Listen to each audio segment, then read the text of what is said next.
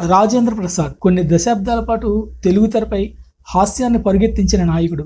అప్పుడు హీరోగా ఆయన ఎంత బిజీగా ఉండేవారో ఇప్పుడు క్యారెక్టర్ ఆర్టిస్ట్ గాను అంతే బిజీగా ఉంటున్నారు. రాజేంద్ర ప్రసాద్ నిమ్మకూరులో ఎన్టీ రామారావు గారి ఇంట్లో పుట్టారు. ఆయన ముందుగా చేతుల్లోకి తీసుకున్నది ఎన్టీఆర్ తల్లిగారే.